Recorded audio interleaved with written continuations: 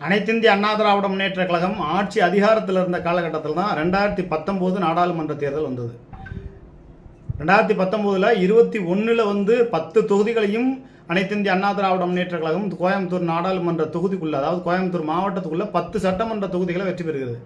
ஆனால் 2019 திராவிட முன்னேற்ற கழகத்தை சேர்ந்த கம்யூனிஸ்ட் கட்சி தான் வெற்றி பெறுகிறது. அப்போ நாடாளுமன்ற தேர்தலையும் சட்டமன்ற தேர்தலையும் இந்த தமிழ்நாட்டு மக்கள் மிக தெளிவாக பகுத்தாய்வு செய்து பிரித்து பார்க்குறாங்க.